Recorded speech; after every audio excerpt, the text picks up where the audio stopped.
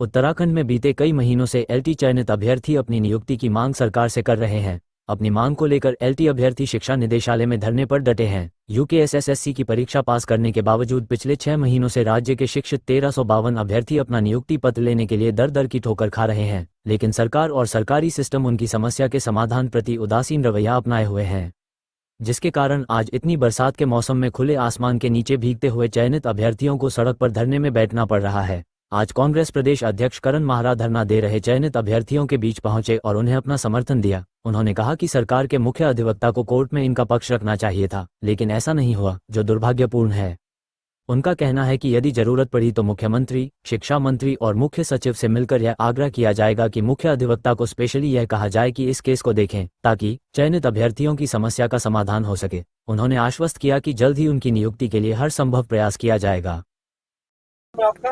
Sir, मेरा नाम जगदीश रावत है। हाँ, जगदीश साहब ने पूछा। और आप लोगों की प्रमुख मांग क्या है? कितने दिनों से अभी प्रदर्शन कर रहे हैं? सर, अभी तो इस धरने में तो हमको 91 दिन हो गए, जिसमें 3 महीने पूरे हुए। आज हमारा 92वां दिन है। सर, हम एलटी नियुक्ति को लेकर यहाँ बैठे हैं।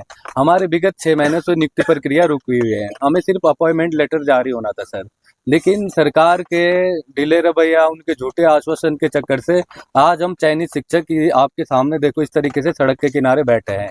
और हमें अभी प्रदेश के दुर्गम क्षेत्रों में अपने नौनिहालों का भविष्य तैयार करना था, उनके लिए कुछ करना था, लेकिन आप देख ही रहे होंगे स्थिति। हम इस तरीके से धरने में बैठने को मजबूर है।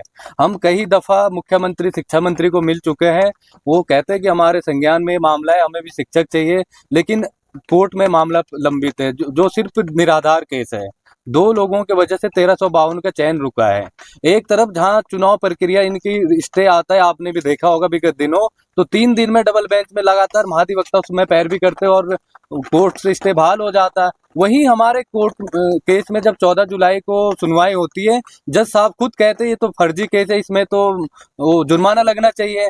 ऐसी सिचुएशन में भी जब कोर्ट सरकार की मदद कर रही है, हमारी एक हिसाब से मदद कर रही है, लेकिन सरकार की सीएससी जानबूझकर वहां खड़ी नहीं हो रही है, क्योंकि उनकी जवाबदेही हो जाएगी कि बच्चों को क्यों नहीं चयनित कर रहे, क्यों नहीं इनको सिलेक्शन दे रहे।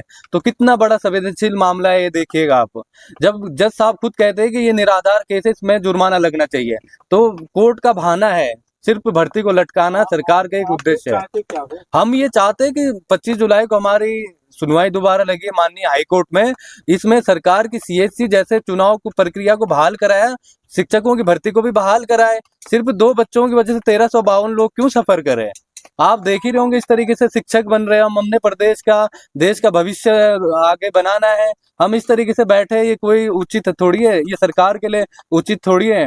वो कहीं ना कहीं चुनाव होते हैं तो कोर्ट में अच्छी पैरवी कर लेते हैं। शिक्षक इतने 6 महीने से यहाँ धरने में बैठे हैं और उनकी कोई सुध नहीं ले रहा है। ये सही नहीं है प्रदेश के लिए। जी सर। चयनित अभ्यर्थियों के पास आते हैं, काफी लंबे दौर से इनका प्रदर्शन चल रहा है। आखिर में लापरवाही कहाँ पर दिख रही है? देखिए, सरकार का रवैया ठीक नहीं है।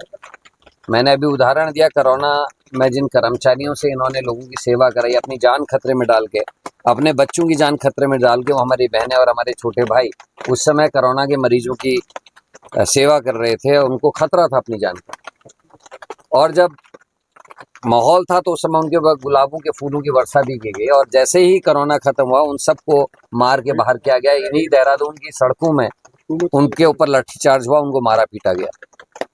उसी तरीके से अन्य लोगों के साथ हो रहा। आज एलटी के जो हमारे चयनित अभ्यर्थी हैं, पिछले 5 महीने से लगातार ये लोग संघर्ष कर रहे हैं। हालात ऐसे कर दिए जैसे अंग्रेजों का शासन होगा।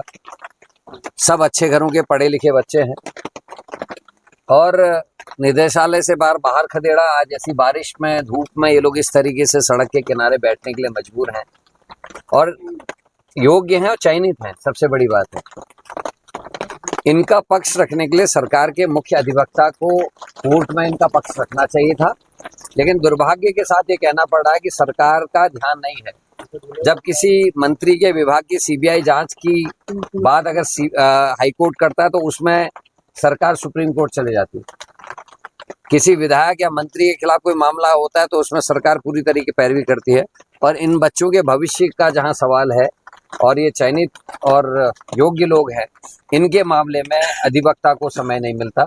25 जुलाई को दोबारा इनकी हियरिंग है हाईकोर्ट में और हम ये मांग कर रहे हैं कि उस हियरिंग में कम से कम जो सरकार के मुख्य अधिवक्ता हैं वो इनका पक्ष कोर्ट में मुख्य न्यायाधीश के सामने रखें ताकि इनकी नियुक्ति शीघ्र हो सके।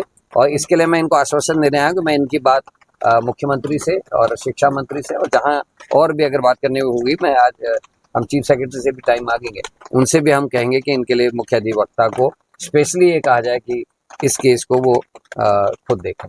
अजय जी, अब स्कूलों में गीता भी पढ़ाने का आज शुभारंभ मैं कांग्रेस प्रदेश के अध्यक्ष उपाध्यक्ष दोनों का आभार धन्यवाद करता हूं सर। उन्होंने हमारा मामले का संज्ञान लिया सर। 25 जुलाई को हमारी कोर्ट में हेयरिंग है सर, बेवजह निराधार केसों पर। यदि उस दिन स्टे नहीं हटता सर तो हम उग्र रूप से 1352 अभ्यर्थी है सर और अपने अभिभावकों के साथ सड़कों पे होंगे सर। यदि इन्होंने 25 जुलाई को हमारा स्टे नहीं हटाया, हमें जल्दी नियुक्ति नहीं दी सर, तो पूरे हम आंदोलन करके भूख हड़ताल आत्मदाह भी करना पड़े कर देंगे सर, क्योंकि हमारे भी इतनी आप भी आ चुके सर। हम इतने दिनों से धरने में बैठे सर, लेकिन हमारा ये हाल नहीं होना चाहिए था सर। हमें स्कूलों में होना चाहिए था, जिसके हम हकदार है, उसके लिए हमने अपना जीवन दिया है सर। पूरे अपने जीवन में पढ़ाई की सर, जिसका हमारा सर एक संवैधानिक मौलिक अधिकार है सर। हमें अपने स्कूलों में होना चाहिए था, हमें अपनी जॉब में होना चाहिए था सर। ठीक है।